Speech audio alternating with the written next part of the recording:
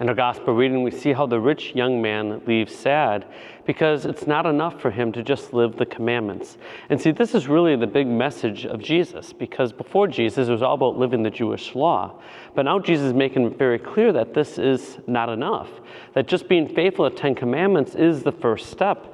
The second step is to truly be charitable and to really see that everything in this life is a gift to be given and to be shared. And this was the hard thing for the rich young man who admitted that he had followed the commandments his whole life, but now Jesus is calling him one step further, to truly enter into the kingdom here on earth by selling all that he has to give to the poor and to come and follow him. And of course, this is a beautiful invitation from the Lord to completely dedicate his life to Jesus, but yet he can't do it.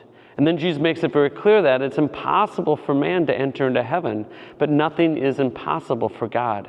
And this gets St. Peter quite nervous, because St. Peter says, well, we've given up everything to follow you. Of course, St. Peter is saying, haven't we done enough?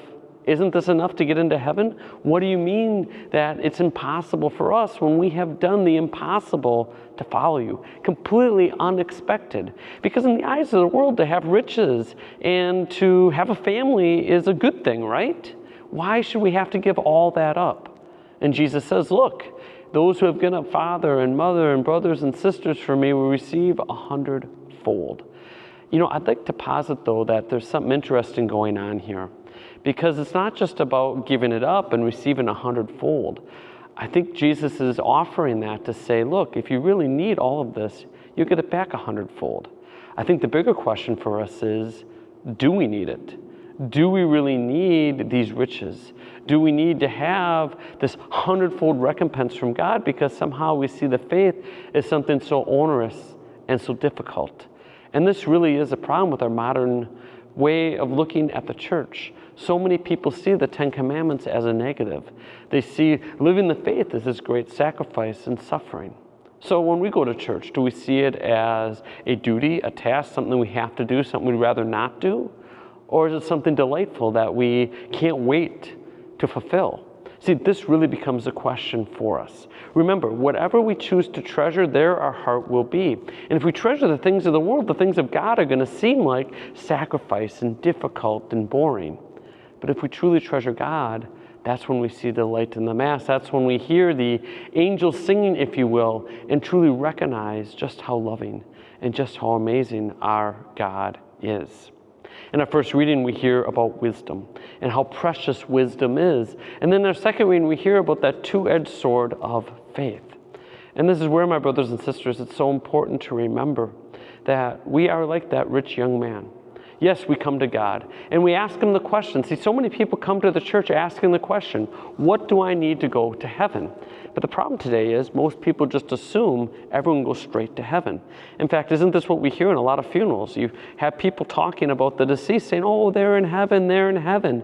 And our children hear this and they start thinking that, well, everyone goes to heaven, so what's the point of living the 10 Commandments? What's the point of going to church if I'm just going to go to heaven anyway? The other big lie that comes is people see heaven as just an even, plain ground, meaning it doesn't matter what you do in this life. It doesn't matter how close you go to God, because in the end, we're all the same.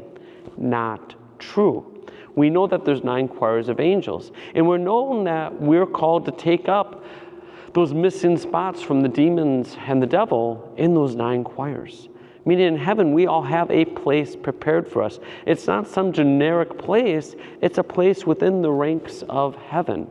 The tragedy is, my brothers and sisters, if we do not live our faith in an adequate way, the way we are made to, the way we are called to, we may enter heaven stunted. Going to purgatory is not a good thing.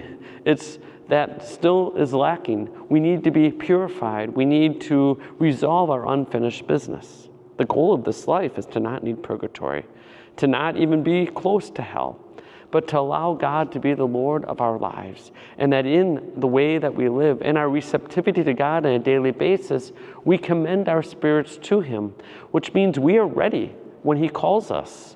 Not because of our own merit, not because we built up so much heavenly credit in the heavenly gold bank, but because we have been selfless. We have been that rich young man who did not go away sad, but stayed with Jesus. And we have found that our riches are not the things of this life, but they are truly the things of heaven. We delight in the things of God more than the things of earth. And we would rather spend our days living our faith for the sake of others, building up the kingdom, than building up ourselves and living for what we want to do. I think for us, when we truly live our lives selflessly, it is then that we can be selfless and childlike entering heaven and truly recognize the great gift that God has given us little by little each and every day of our lives. My brothers and sisters, I have read this gospel reading with every quinceañera mass I have done as a priest. And the reason is because it is so telling. It is so important for us to reflect upon. Because so many times we say to ourselves, I am good enough. There is nothing lacking in me. When really Jesus is calling us to that precious next step. And that next step doesn't end. It's each and every day of our lives we're called to be more and more selfless, to grow more and more in the faith. The minute we cash out is the minute we lose it all. The minute we say, I'm just going to go to heaven anyway, what's it matter, is when we're starting to descend instead of ascend, if you know what I mean. My brothers and sisters, it's a joy to speak to you today. My apologies for not being around last weekend. Mama Mary is keeping me quite busy, but I am so glad to be able to share this message with you. Please share it with your friends. Please like and subscribe. And I look forward to seeing you in the next videos. I have many coming this week. God bless all of you. Magnificat anima mea Dominum. My soul magnifies the greatness of the Lord.